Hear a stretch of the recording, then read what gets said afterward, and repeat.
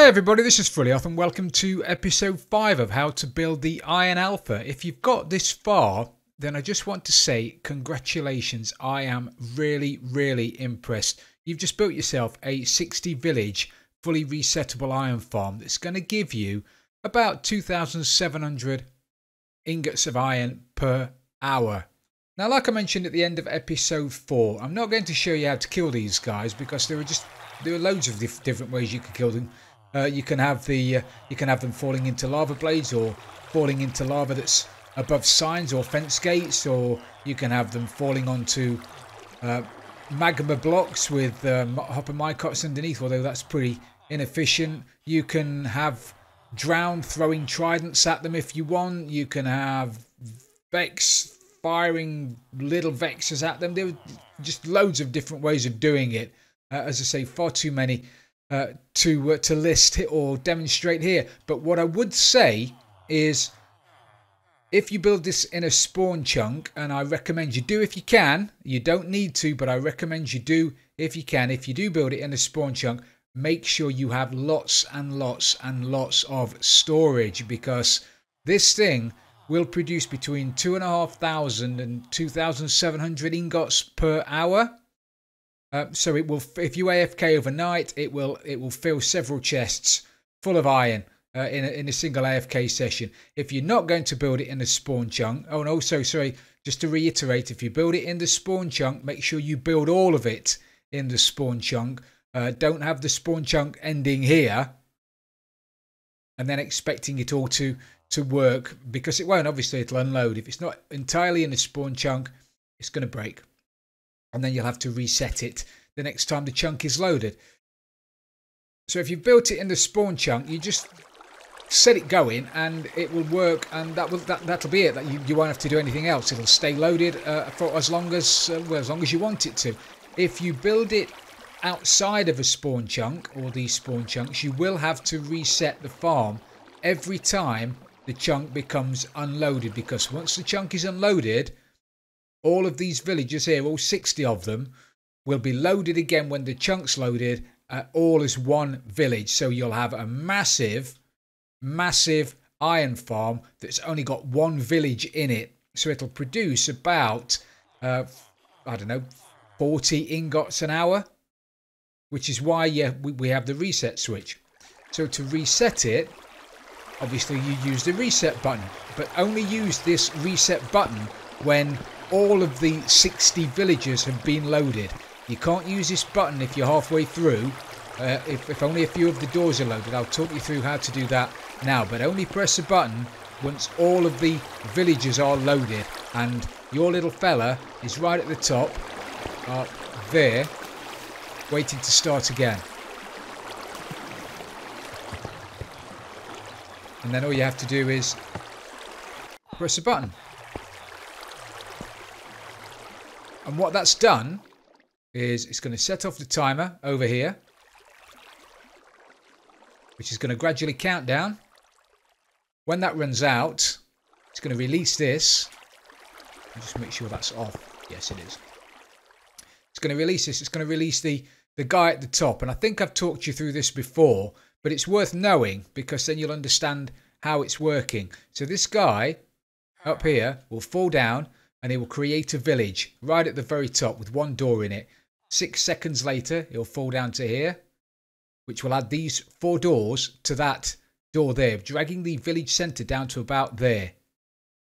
6 seconds later, it'll fall down to here, which will add these 10 doors onto those doors, dragging that village centre down to about there. It'll then fall down to here 6 seconds later, adding all of these doors to the village, dragging the village centre down to about there. You'll then fall down to here, adding all of those doors onto the massive village. Now, it's got a radius now, the village, of about 85 blocks, because it's now huge. And the village centre will be about here. It'll then drop down onto this detector rail, which will open the first piston, this one here, which will then add these 11 doors on the bottom. It'll add the bottom doors first. It'll add those 11 doors to all of those doors. And the village will be huge, which is why you can't build this within 120 blocks of any other valid door or farm or breeder or naturally spawning village, because the village radius of this is now massive. The villager is then going to go around here and he'll work his way up to the top, and I can't fly very quickly. Work his way up to the top, he'll land in here, adding these 3 doors to the massive village. Now, just after he's added these 3 doors to the village, that door over there, the single door, will fall off. And that will very slightly drag the village centre over a little bit. It'll only come over to about, I don't know, sort of this far across. He'll then drop down and he'll start to wait. Okay, 6 seconds later, those get added to it. Then he'll drop down to here and he'll start to wait. And he has to wait then for all of those doors on that side to fall off. Now, a door will only be valid when there is a villager within 16 blocks of it. So, once that villager there has made his way over this side, there isn't a villager within 16 blocks of those doors, and they'll start falling out of the village. And gradually, as those doors fall out of the village centre will get dragged further and further this way. And it gets dragged over here till the final doors on the bottom column there get removed from the village, and the only ones left are those 11 there, which are being validated by the villager at the bottom, so they won't fall off out of the village because they're currently validated. By then, the village centre will be all the way over here. Okay, which then puts this village centre closer to these doors than the village centre of the created villagers, which is going to be here. And that's very important. If the village centre, this village centre here, wasn't closer to these doors than the village centre of the villagers that have already been created, it would just add these doors to the previously created villages and not to the new village. And then he'll drop down onto the detector rail once the doors at the top have been invalidated and fallen out of the village. And then this piston will open. These 11 doors will get added.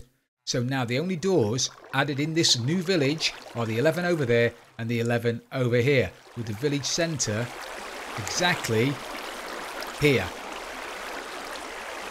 which makes the bottom floor and the middle floor the spawning floors for the golems, for the villagers, for the 30 villagers on the bottom row of doors. And he'll do that 60 times. Now, if you left a chunk now and came back, it would obviously link all of the villages together at the bottom, and you'd have to restart it. Now, you can't restart it just by pressing the reset button because of the failsafe we've put in. Pressing that button now won't do anything. And there is no easy way to reset it once it's working. You know, once it's generating villagers, there's no easy way to reset it. So the only way to do that is to turn it off. You've got to stop the guys. You've got to stop the villager from going around. So you have to flick that lever, which will stop him from falling down the next time he gets up the top. And then you have to wait for him to get back up to the top. Once he's made his way back up to the top and he's stopped generating new villages, you can then go round and manually reset the system. Now, as I say, there's no easy way to do this because there isn't. You have to get over to either one side or the other. It doesn't matter which side you do, and it doesn't matter what order you do it in. But you need to reset all of the pistons, and to do that, you press the button that's on the reset block here. If you haven't got a button on there, just stick a button on there. It can be a stone one or a wooden one. It doesn't make a difference. You need to press that. That will turn all the lights off. Now, if the cycle is generating villagers from 0 to 30, if it's doing the bottom doors, then pressing that button to reset the pistons will also raise that villager up to the top. If that's the case and your villager is now up at the top, you need to press the reset button again. Okay, Now all of the the sticky pistons are closed, all of the lights are off. The villager is at the bottom. You then need to press this button here that's connected to that bottom dispenser. And again, if you don't have a button on this line, just add one just there, because you need to get that villager out of water. Now this side is being completely reset. You need to do the same over the other side. So again, if he's at the bottom, then you're generating the first 30 doors. Press the reset button, which closes all of the pistons, but it raises him to the top. So you need to press it again. You'll only have to press it once. If you're generating doors 31 through 60, then you'll only have to press the reset button once, and it'll finish up down the bottom like that. You then need to press the dispenser reset button to get him out of water. Now, both villagers on either side are still on the half slabs. They're not in water. If you start this working and this villager is stood in any water, then it won't work. And you'll sit here for 2.5 hours, and then you'll wonder why it's not working, or you've got golems spawning everywhere. Make sure that the villagers at either side are at the bottom and all of the pistons are closed before you release that lever and let that villager start working. So just to recap, try to build this entirely in the spawn chunk if you can. Again, it doesn't matter if you don't, but if you do, it's going to make things so much better. Don't build this within 120 blocks of any other valid wooden door. That includes villager breeders or naturally spawned villagers or anybody else's iron farm on the server. Otherwise, the villagers are going to merge together and it's going to break.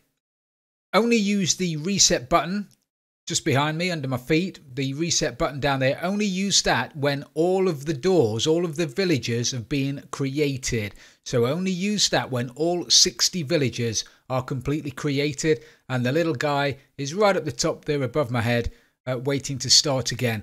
Otherwise, it won't reset. Okay, so the master reset button is only to be used when the villagers are completely created. If you have to reset this halfway through a cycle, make sure that all of the pistons are closed on both sides and the villagers are all the way down the bottom and not standing in any water. So before you start the little guy working, falling down by flicking off the lever just above my head, make sure that the pistons are closed and the villager is at the bottom. If any of those haven't been done, then the farm will not load correctly and it just won't work. Now this works perfectly well in vanilla on a single player world or on a Spigot or Bucket server, but you do need to make sure that the Spigot.yml files look like this. So you want to open up your Spigot.yml file and you want to look out for the ticks per. On my YML file it's 87, but it could be anywhere on yours. But you need to find ticks per and you need to make sure that the hopper transfer rate is 8, the hopper check is at 1 and the hopper amount is at 1. If these figures have been changed on your server in order to reduce lag, then it's going to affect the timings of the hopper clocks which release the villager, and the cycle won't work correctly. So just double check if you can those figures before you build this farm. I don't want you building it and then saying it won't work because you're on a Spigot server that's got all kinds of lag reduction on it. Anything that reduces lag by changing the tick rate of the hoppers will break this farm. So I guess all that's left for me to say now is thank you very much for watching this series of tutorials. It's been fantastic having you along and I really, really do appreciate it. If you have enjoyed it, please don't forget to leave it a like, and if you've really loved it, don't forget to subscribe. Now get out there and make something out of iron. This is Frilioth, and I'm out of here.